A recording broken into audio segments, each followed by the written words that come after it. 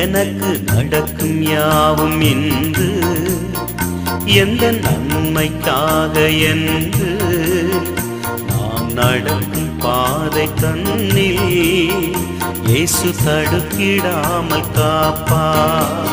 எனக்கு நடக்கும் யாவும் இன்று எந்த நன்மைக்காக என்று நான் நடக்கும் பாதை தன்னில் இயேசு தடுக்கிடாமல் காப்பா.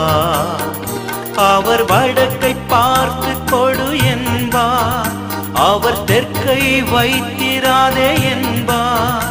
அவர் வடக்கை பார்த்து கொடு என்பார், அவர் தெற்கை வைத்திராதே என்பார்.